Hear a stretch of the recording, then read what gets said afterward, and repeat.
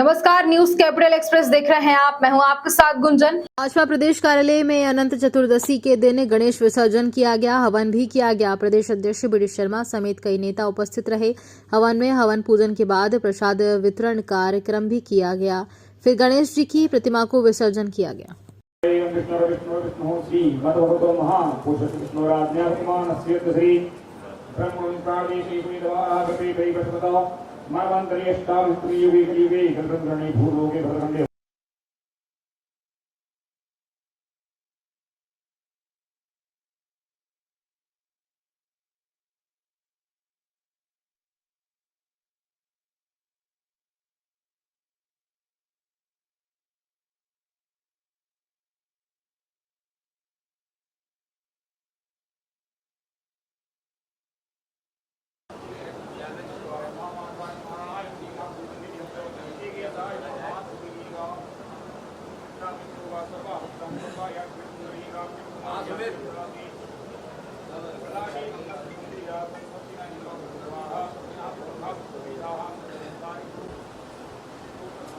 दादू भाई आगे ही चले गए यार।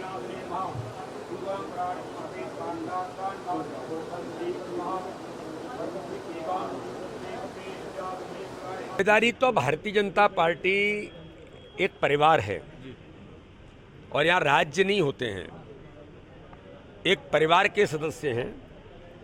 तो जब किसी के परिवार में कोई आयोजन होता है तो एक दूसरे की मदद सब करते ही हैं जी। भारतीय संस्कृति में तो विशेषता है और भारतीय जनता पार्टी भारतीय संस्कृति का पर्याय है। तो भारतीय जनता पार्टी एक परिवार है पूरे देश के अंदर। तो कहीं जहाँ ज़रूरत होती है वहाँ सभी देश के अन्य प्रदेशों के कार्यकर्ता भी एक दूसरे को मदद करते हैं।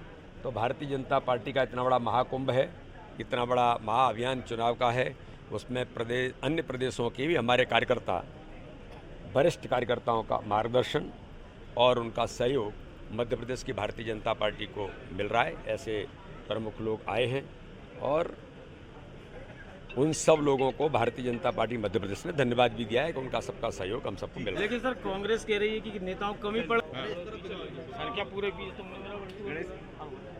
सर क्या मांगा आज भगवान गणेश जी का पूजन और गणेश चतुर्थी, और आज भगवान गणेश जी को इतने दिनों तक उनकी स्थापना रही, भगवान से प्रार्थना की है कि भगवान मध्य प्रदेश को सुख, समृद्धि और वैभव दे, और उनका आशीर्वाद हमें हमेशा से रहा ही है, परिवार के लिए, अपने संगठन के लिए और मध्य प्रदेश के सभी प्रदेशवासियों के लिए भगवान का आशीर्वाद मिलता है और लगातार मिलता रहा है और मिलता रहेगा। इसी प्रार्थना के साथ आज भगवान जो इतने दिनों तक यहाँ पर स्थापित थे, आज वो पधार रहे हैं। और फिर हमने कहा कि गणपति बप्पा मोरिया, अगले बरस तू जल्दी आ। तो भगवान का आशीर्वाद ही है और भारतीय जनता पार्टी को भी गणेश जी का आशीर्वाद है। हम तो धर्म आध्यात्म के आधार पर लगातार आगे बढ़ते हैं और इसलिए सनातन संस्कृति की स्थापना और भगवान गणेश जी का आशीर्वाद, यही ताकतें हमारे देश के अंदर, हमारे सभी देशवासियों को, प्रदेशवासियों को भगवान का आशीर्वाद है। इसलिए आज भारतीय जनता पार्टी के प्रदेश कार्यालय में भी गणेश जी का पूजन होकर के आज विधिवत प्रार्थना भगवान से की है। अमित शाह जी आ रहे हैं 1 तारीख को माननीय अमित शाह जी अल्पकालीन प्रवास पर कुछ समय के लिए आ रहे हैं हम सब कार्यकर्ताओं के साथ, और चूँकि उनका अब लगातार मध्य प्रदेश का दौरा होता ही है तो उसी निमित्त वो पधार रहे हैं। दूसरे राज्यों के मध्य प्रदेश के उज्जैन में 12 वर्ष की नाबालिग लड़की के रेप के बाद खून से लथपथ अवस्था में मिलने के बाद पूरे प्रदेश में हड़कंप मच गया। इस मामले पर कांग्रेस ने कहा है कि उज्जैन की घटना ने देश की आत्मा को शर्मसार कर दिया। 12 वर्ष की एक बेटी के साथ दुष्कर्म हुआ। बच्ची अर्धनग्न हालत में घंटों तक घूमते हुए देखी गई, जिसके शरीर से खून का रिसाव होता रहा। मध्य प्रदेश में क्या हो रहा है? शिवराज सिंह चौहान और बीजेपी को उल्लास मनाने से फुर्सत मिले तब तो वे मध्य प्रदेश की बेटियों की चीख सुन सकेंगे। शिवराज सरकार को चुल्लू भर पानी में डूबकर मर जाना चाहिए। कांग्रेस नेता मुजाहिद सिद्दीकी ने घटना को शर्मसार बताते हुए कहा कि सरकार बड़े बड़े इवेंट करवाने में लगी हुई है।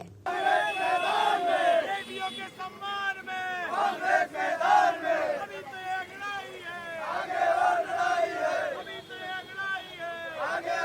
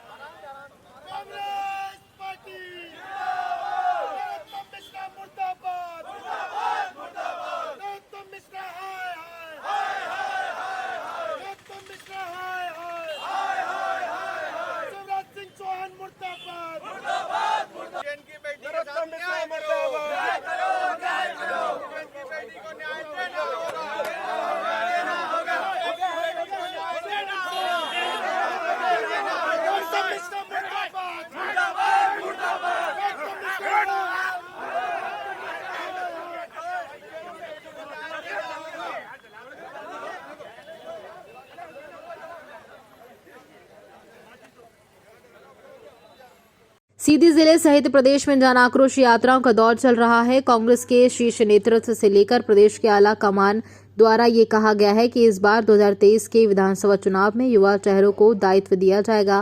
मैं विगत 35 वर्ष से एक सक्रिय कार्यकर्ता के रूप में पार्टी में कार्यरत हूं। हमने अपने दायित्वों को भी निर्वाह किया है। यदि पार्टी हाईकमान द्वारा युवाओं में हमें सीधी विधानसभा के सत्याशी के रूप में प्राथमिकता दी जाती है तो मैं पूरी तरह से प्रयास करूंगा कि पार्टी के मानक पैमाने पर खरा उतरूं। हमने अपनी दावेदारी पार्टी के नेताओं तक पहुंचा दी है। ये निर्णय लेना उनका काम है कि किस दायित्व दिया जाए। अभी तक अजय सिंह राहुल व कमलेश्वर पटेल जो निर्णय लेते हैं वह मान्य होता रहा है। पार्टी में हमने 35 वर्ष सक्रिय कार्यकर्ता के रूप में काम किया है।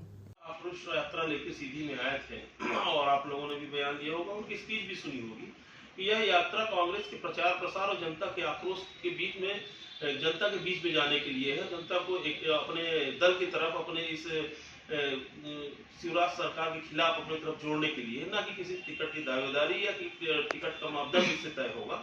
पोस्टर बैनर हर कार्यकर्ता अपने नेता के स्वागत पार्टी के प्रचार प्रसार के लिए लगाते हैं, कोई नई बात नहीं है। हर जिले में, हर क्षेत्र में पोस्टर बैनर लग रहे हैं, हमेशा लगते आए हैं। इससे ऐसा नहीं है कि इसे आप राहुल भैया प्रदेश अध्यक्ष स्क्रीनिंग और केंद्रीय नेतृत्व टिकट के बारे में अपना समीक्षा और मंथन कर रहे हैं। और आक्रोश यात्रा जो चल रही पूरे प्रदेश में 7 यात्राएं चल रही हैं, उसके बाद संभावना है कि शुरुआत होगी। साल भर पहले या 6 महीने पहले से भी कह रखा है कि इस बार सीधी में नया और युवा चेहरे को हम कांग्रेस पार्टी से उम्मीदवार बनाएंगे। कुछ मित्र लोग आ गए, आप लोग आ गए, बातें हो रही, राजनीति से जुड़ा हूँ और सीधी जिले में 28 वर्षों से राजनीति कर रहा हूं। कांग्रेस की वर्तमान की राजनीति चुनावी चल रही है, वर्तमान में स्थानीय विधायक का टिकट कटा, आगे का कैसा माहौल होगा उस वजह से है। और मैं भी इस बीच में हूं, मैं भी सीधी में संघर्ष कर रहा हूं। 2018 में भी था, आज भी हूं और युद्ध के मैदान में सभी सिपाही, उसी सिपाही में से एक मैं भी हूँ। हो सकता है ईश्वर और समय भारतीय मेरे नेता और हमारी पार्टी हमें ही उम्मीदवार बनाए। आप दावेदारी करेंगी, ये माना जाए 2023 की विधानसभा में? मैं 18 में भी था, आज भी हूँ। कुछ आप हमारे पेश करेंगे कि मतलब मैं भी 2023 की विधानसभा चुनाव में लड़ना चाहूँगा या मेरी भी दावेदारी हो, पार्टी को अपनी कोई सूचना दिया, क्या आपका इशू क्या आज तक? देखिए ऐसा है, मैंने अपनी दावेदारी अपने नेता जैसे राहुल भैया के पास पेश कर रखी है, उनको पूर्णतः जानकारी है। रही बात मेरे संघर्ष की, तो मैं 27-28 वर्षों से कांग्रेस में संघर्षरत हूँ। छात्र राजनीति से NUCI का भी रहा, यूथ का नगर अध्यक्ष रहा, नगर पालिका में पार्षद रहा, वर्तमान में महामंत्री हूँ जिला कांग्रेस कमेटी का। और सीधी के जनता और नेताओं का अगर आशीर्वाद मिला तो मेरी तो दावेदारी है ही है, मैं चुनाव जीत के दिखाऊंगा। रही बात जो डिसबैलेंस, जो इस समय की वर्तमान स्थितियां बनी हुई, तो मैं इतनी व्यक्तिगत मेरी जहां तक सोच है, मैं वहां की भी वोट निकाल ले आने की क्षमता रखता हूं, उस खेमे की वोट ले लेने की क्षमता रखता हूं और पूर्णतः दावेदारी है। और सबसे बड़ा अगर मौका मिला मुझे, पार्टी ने मौका दिया या जनता ने मौका दिया, तो जो ये भ्रष्टाचार चल रहा है 150 से लेकर 50% तक का कमीशन, थाना, पुलिस, कोतवाली, हॉस्पिटल, तहसील, इसको पूर्णतः बंद करा दूंगा। पार्टी के व्यक्तिगत अंदरूनी मामला है, लेकिन उनके टिकट कटने से कांग्रेस को लाभ ही होगा। और कुछ है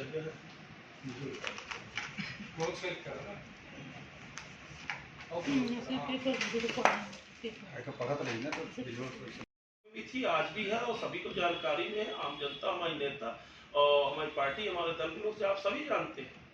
और मैं तो ये कहता हूं कि नए और युवा चेहरे में अगर टिकट जाती है तो मैं भी हूं उसमें। वर्तमान स्थिति में जो स्थिति बनी हुई है सीधी की, भारतीय जनता पार्टी का टिकट जिन्हें दिया गया है और उन्होंने तो सीधी करीब 10 वर्षों से सांसद भी रहे हैं, उन्होंने सीधी विधानसभा के साथ उपेक्षित व्यवहार किया है, न कहीं एक पैसा उन्होंने इस विधानसभा में खर्च किया।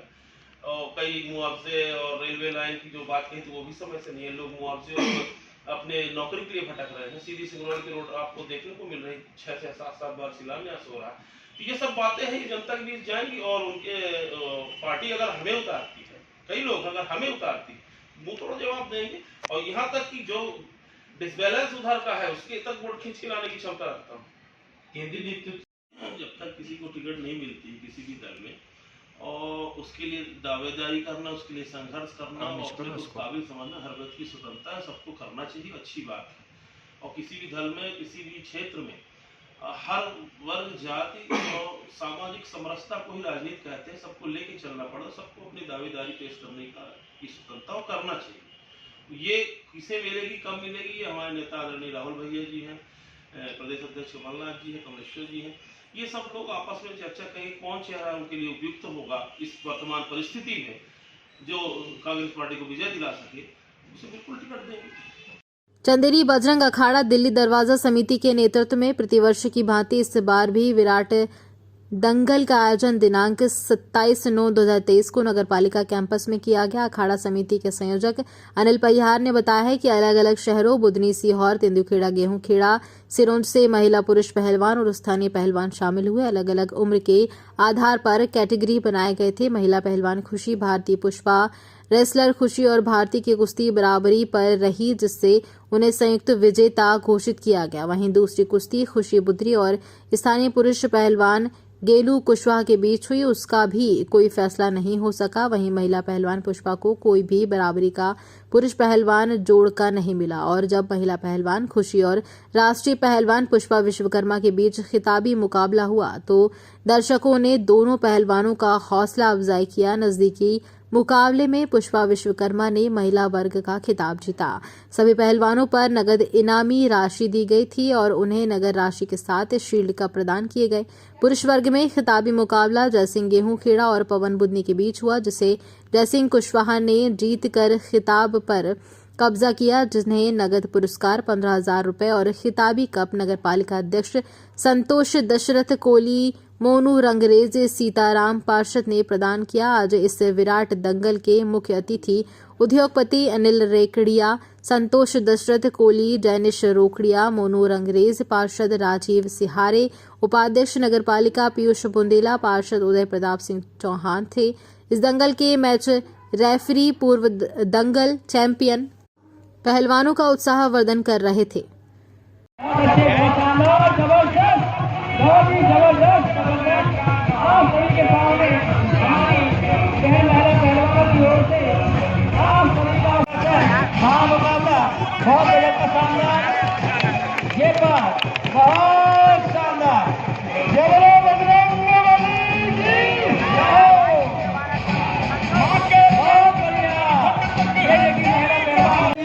जबरदस्त मुकाबला, शानदार मुकाबला है। ये गोलू पहलवान अपना दाव लगाते हुए बहुत ही सुपर दाव का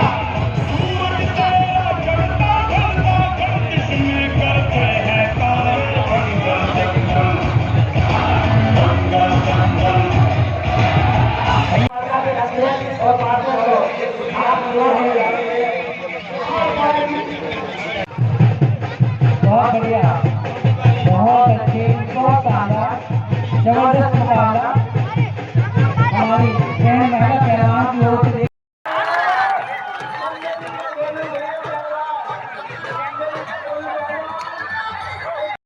नंबर ये होगा सही हो डाला हो रही मैंने कहा अभी उधर उधर भाग रहा था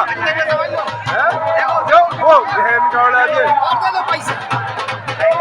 ये देख लो जगह बहन से अभी बहन का इधर उधर भाग रहा था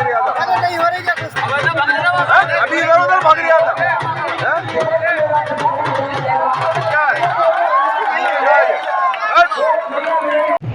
खुशी चंद्रवासी और भारती पहलवान इन दोनों के बीच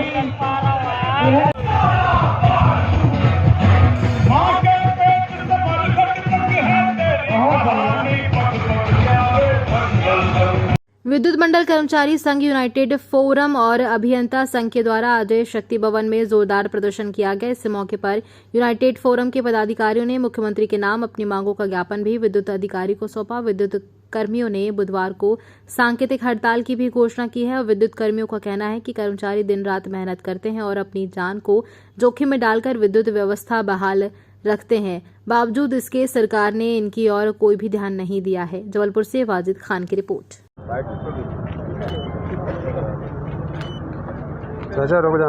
हमारी मांगे इंकलाब, हमारी मांगे हम सब एक बार पुनः मैं सभी से कहूँगा, जैसे कि नाइट शिफ्ट अलाउंस ऑफ आदि पुनरीक्षित किए जाएं। सन 2006 के उपरांत नियुक्त किए गए कार्मिकों को विद्युत देयक में 50% छूट प्रदान की जाए और सातवीं मांगे कंपनियों में वर्षों से लंबित संगठनात्मक संरचना का तुरंत पुनर्निर्धारण करते हुए रुक जाओ यार, पीछे हो जाओ, तुम हो ना पीछे।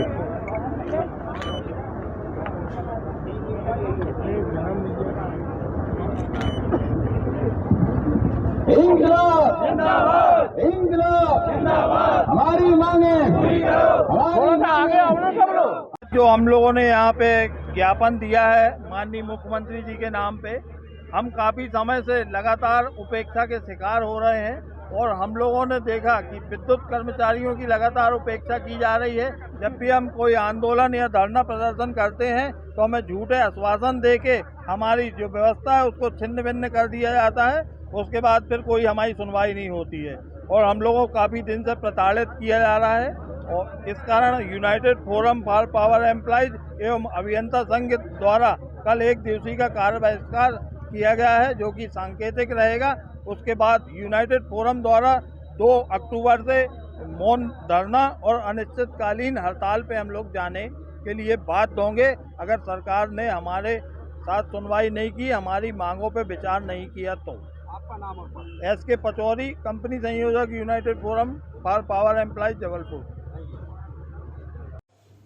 जबलपुर बुधवार को मुख्यमंत्री शिवराज सिंह चौहान ने जबलपुर में बड़ी घोषणा की है। 1100 करोड़ से अधिक की लागत से बने मध्य प्रदेश के सबसे बड़े फ्लाईओवर ब्रिज के एक हिस्से का उद्घाटन करने जबलपुर पहुंचे सीएम ने घोषणा की है कि इंदौर भोपाल के बाद अब जल्द ही संस्कार धानी में भी मेट्रो ट्रेन चलेगी और इतना ही नहीं, उन्होंने ये भी घोषणा की है कि प्रदेश के सबसे बड़े फ्लाईओवर ब्रिज का नाम रानी दुर्गावती होगा। करीब 1.5 किलोमीटर हिस्से के फ्लाईओवर ब्रिज का उद्घाटन करने बुधवार की शाम को मुख्यमंत्री शिवराज सिंह चौहान जबलपुर पहुंचे। इस दौरान उनके साथ लोक निर्माण मंत्री गोपाल भार्गव भी मौके पर मौजूद रहे थे। जबलपुर से वाजिद खान की रिपोर्ट। कानून व्यवस्था जो है वो प्रदेश में बहुत दुष्कारी हो गई है। जबलपुर विकास की दृष्टि से देश में बहुत तेजी से बढ़ता हुआ शहर है। आज ही 460 करोड़ रुपए का हाई कोर्ट की नई बिल्डिंग का शिलान्यास महामहिम राष्ट्रपति महोदया जी ने किया है। 100 करोड़ रुपए का रानी दुर्गावती जी का, जो हमारा गर्व है, गौरव है, आन बान है, उनका स्मारक जबलपुर में बनाया जाएगा। 5000 करोड़ से ज्यादा रुपए का रिंग रोड बन रहा है। 300 करोड़ का अत्याधुनिक रेलवे स्टेशन बन रहा है। 400 करोड़ का एयरपोर्ट बन रहा है। जियोलॉजिकल पार्क बन रहा है। 200 करोड़ का आईटी पार्क बन रहा है। एक नहीं, अनेकों सौगातें। आज जबलपुर सबसे तेजी से बढ़ता हुआ शहर है। विकास की दृष्टि से मैं राकेश जी को बहुत बधाई देता हूं। उन्होंने भी अनेकों प्रयत्न जबलपुर को आगे बढ़ाने के किए हैं और मध्य प्रदेश सरकार ने केंद्र सरकार के साथ मिलकर कोई कसर नहीं छोड़ी है। धन्यवाद।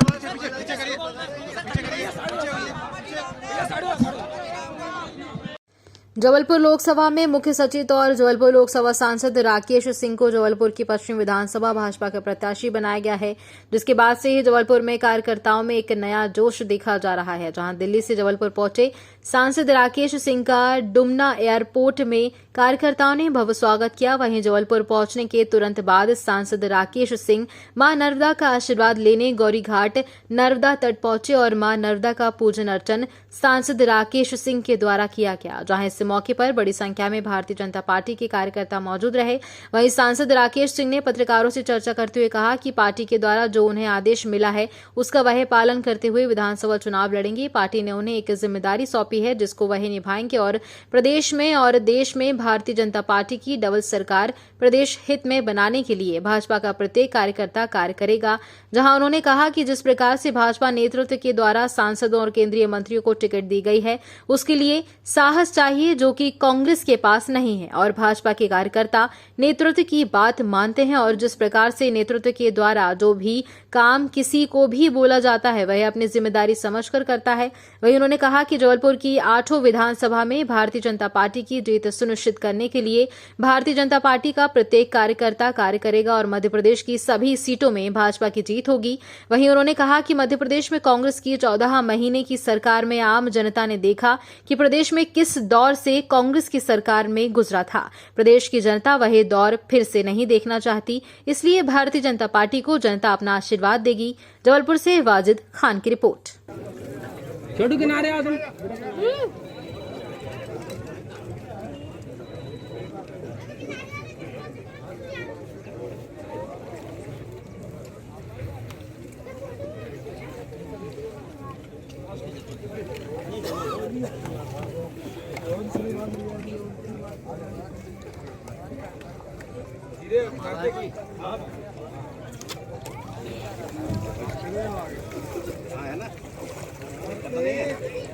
जी भाई साहब, बताइए भाई साहब, आपको उम्मीदवार बनाया गया है पश्चिम क्षेत्र से, बताइए। नर्मदा पूजन भी किया आपने यहाँ। देखिए, भारतीय जनता पार्टी के हमारे नेतृत्व का निर्णय और एक कार्यकर्ता होने के नाते ये मेरी जिम्मेदारी है कि पार्टी जो निर्णय करे उसको स्वीकार करें और पार्टी हित में, प्रदेश हित में उसको लेकर आगे बढ़ें।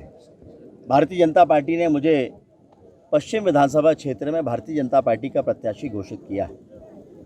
मैं नेतृत्व के प्रति आभार प्रकट करता हूं और ये विश्वास व्यक्त करता हूं कि जनता के आशीर्वाद और पार्टी के कार्यकर्ताओं की ताकत और उनकी संगठन शक्ति के बूते निश्चित रूप से उन उम्मीदों पर हम सभी खरे उतरेंगे जो उम्मीदें नेतृत्व ने हमसे पाली हैं या हमसे बनाई हैं। जी, मैं आभार प्रकट करता हूं प्रदेश की जनता के प्रति जो भारतीय जनता पार्टी को आशीर्वाद निरंतर दे रही है। मैं आभार प्रकट करता हूं उस जबलपुर क्षेत्र की जनता, पश्चिम विधानसभा क्षेत्र की जनता के प्रति भी, जिनका आशीर्वाद भारतीय जनता पार्टी का सांसद का प्रत्याशी होने के नाते, पार्टी का कार्यकर्ता होने के नाते मुझे हमेशा से मिलता रहा है। मुख्यमंत्री का चेहरे को लेकर चर्चाएं हो रही हैं। देखिए, अभी हमारे लिए चर्चा बेमानी है। भारतीय जनता पार्टी का एक ही लक्ष्य है, प्रदेश के हित में, प्रदेश की जनता के हित में मध्य प्रदेश में फिर से भारतीय जनता पार्टी की सरकार बनाना। ये डबल इंजन की सरकार, केंद्र में माननीय मोदी जी का नेतृत्व और मध्य प्रदेश में भारतीय जनता पार्टी की सरकार का नेतृत्व अगर नहीं होता तो विकास के वो कार्य जो जबलपुर में मील का पत्थर साबित हो रहे हैं हम कभी नहीं कर पाते। और लगभग कमोबेश यही स्थिति पूरे प्रदेश की है। आज योजनाओं के माध्यम से गरीबों का कल्याण हो रहा है, माताओं बहनों का कल्याण हो रहा है, लोगों को उनका अधिकार और न्याय मिल रहा है। और इसलिए आवश्यक है कि एक बार फिर से भारतीय जनता पार्टी की सरकार बने। मात्र 14 महीने के लिए कांग्रेस की सरकार बनी थी और तब लोगों ने ये देखा था कि प्रदेश क्या किस दौर से और किस स्थिति से गुजरा था, और प्रदेश की जनता भी नहीं चाहती कि उस दौर से वापस से गुजरना पड़े। भारतीय जनता पार्टी के कार्यकर्ता संकल्पित हैं, वचनबद्ध हैं पार्टी के साथ में कि इस बार फिर से जनता के आशीर्वाद से भारतीय जनता पार्टी की सरकार बनाना, और केवल एक विधानसभा क्षेत्र में नहीं, जबलपुर की 8 सीट पर, 4 शहरी और 4 ग्रामीण, सभी सीटों पर भारतीय जनता पार्टी की जीत सुनिश्चित हो। कार्यकर्ता इस बात के लिए संकल्प है। कांग्रेस कह रही है कि बीजेपी डर गई है इसलिए सांसदों को मैदान में उतारती है। ये साहस चाहिए ये निर्णय करने के लिए, और ऐसे कार्यकर्ता चाहिए उसको स्वीकार करने के लिए जो कांग्रेस के पास कभी हो नहीं सकते। और इसलिए कांग्रेस में जब ये सामर्थ्य और साहस नहीं है तो फिर ऐसे आरोप लगाना बेमानी है। भाई साहब, हमेशा से आप सांसद रहे हैं, कब आपको पता चला कि आपको विधायक का टिकट मिल रहा है, और क्या आपसे पूछा गया था कि आप टिकट चुनाव? मैंने कहा कि भारतीय जनता पार्टी का कार्यकर्ता होने के नाते मेरा दायित्व है कि पार्टी जो भी जिम्मेदारी दे उसको सिर झुकाकर स्वीकार करें। पार्टी ने हमें बहुत कुछ दिया है, यहाँ तक पहुँचाया, और इसीलिए भारतीय जनता पार्टी अगर ये निर्णय करती है तो हमें उसको मानना चाहिए। भारतीय जनता पार्टी का कार्यकर्ता ये मानता है सबसे ऊपर भारत माँ है, और उसके बाद दल के रूप में भारतीय जनता पार्टी भी हमारी माँ के समान है। क्योंकि सीएम का चेहरे में सबसे ज़्यादा नाम आपका ही आ रहा है। मैं इन बातों को पहले ही कहता हूँ कि ये बेमानी चर्चाएं हैं और इनका आज कोई महत्व नहीं है। हमारे लिए एक ही लक्ष्य है, एक एक सीट पर भारतीय जनता पार्टी की जीत सुनिश्चित हो और मध्य प्रदेश में भारतीय जनता पार्टी की सरकार बने। और ये हम तभी कर पाएंगे जब सारी सीटों पर भारतीय जनता पार्टी की जीत सुनिश्चित होगी और कार्यकर्ता संकल्पित है इस बात को लेकर। एक के बाद एक पार्टी जो फैसले कर रही है, जनता उसको स्वीकार कर रही है, कार्यकर्ता उसको स्वीकार कर रहे हैं और अपनी जिम्मेदारी को पूरा करने का प्रयास कर रहे हैं। और मुझे लगता है कि बहुत जल्दी ही शेष सीटों पर भी उम्मीदवार घोषित हो जाएंगे और पार्टी का कार्यकर्ता प्राणपण से फिर से सरकार बनाने के काम में जुट जाएगा। भाई साहब 10 साल बाद ऐतिहासिक वापसी होगी पश्चिम विधानसभा में, ऐसा मान सकते हैं? देखिए, ये सीट भारतीय जनता पार्टी की ही सीट है और जबलपुर में 8 सीट भारतीय जनता पार्टी की सीट रही हैं। समय काल परिस्थिति के अनुसार सीटें हमारे हाथ से कुछ घटी, कम हुई, लेकिन आपने देखा है कि लोकसभा चुनाव में भारी मतों के साथ 90,000 वोटों के साथ में इस पश्चिम विधानसभा सीट में भारतीय जनता पार्टी की जीत हुई थी। और इसलिए मैं मानता हूं कि जनता आशीर्वाद देने के लिए तैयार है। भारतीय जनता पार्टी का कार्यकर्ता घर घर जाएगा जनता से आशीर्वाद लेने के लिए, विनम्रतापूर्वक आशीर्वाद लेने के लिए, और जनता का आशीर्वाद हमें किए गए कार्यों के आधार पर मिलेगा, ये भरोसा है।